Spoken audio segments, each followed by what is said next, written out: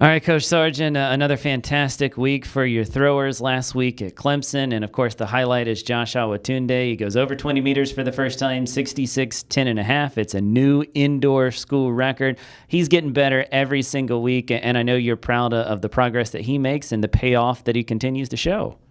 Yes, that was a big step for Josh. I mean, we knew that throw was there. He's been working so hard for several years. I mean, this is all a culmination that, started, this is now year 5 for him. So he's definitely worked very hard for it, and we were expecting it, but when it happens, it's always a great thing.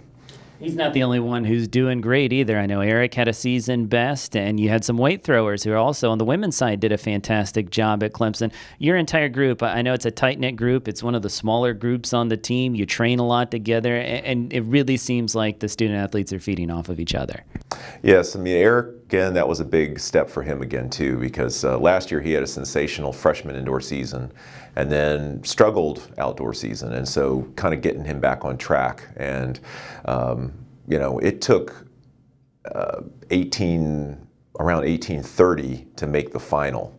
That's probably more than it's going to take at the SEC championship. With having Southern Cal and a couple other schools there, that was a really stiff competition.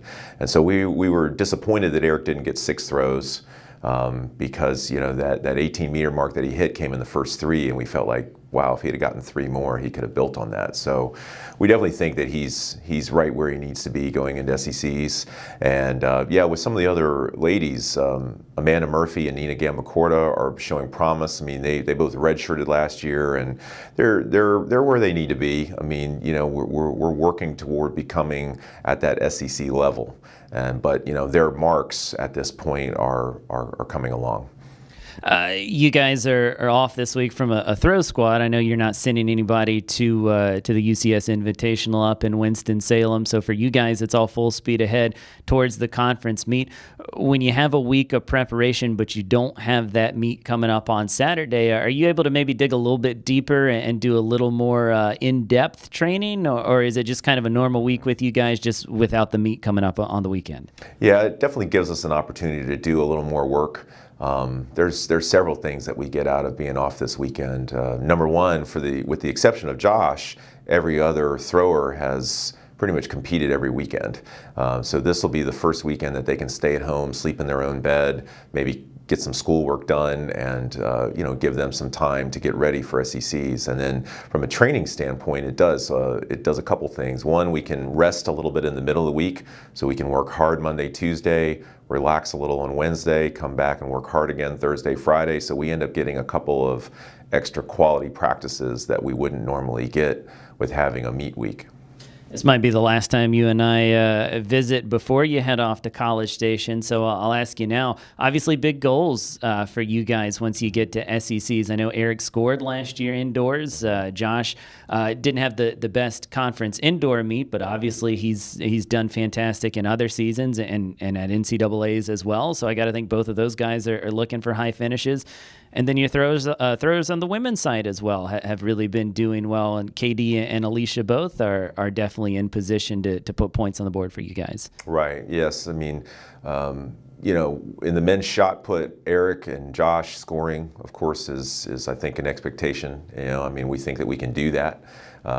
There's a lot of great athletes and competitors in that meet, so it's not easy. Those guys really have to show up and do well and execute, and they're prepared to do so. But they can't control what everyone else does, but they can continue to work hard and perform like they have been. Josh is in contention for the SEC championship. Same thing though. There's several other guys that they're coming there with the same goal that Josh has. So at the end, obviously, there can only be one winner, one gold medalist. So hopefully it's Josh. We'll see. I know that he's going to do his best with whatever happens. And KD and Alicia both are. KD's been really solid all season. She's going into the meet in scoring position, but Alicia's personal best puts her in the scoring also. And with Alicia, she's doing pretty well. We need to iron out a couple of technical things. It's kind of like golf. If she can line up a couple of things timing-wise, her throwing level will put her in scoring position as well. So should be a lot of fun to watch. Gamecocks are at Wake Forest this weekend. No throwers there, and of course the entire team reconvenes in a couple weeks in College Station. Coach, best of luck at SECs. We'll talk to you then, hopefully with a lot of hardware. Yeah, thank you, Rob. All right, appreciate it.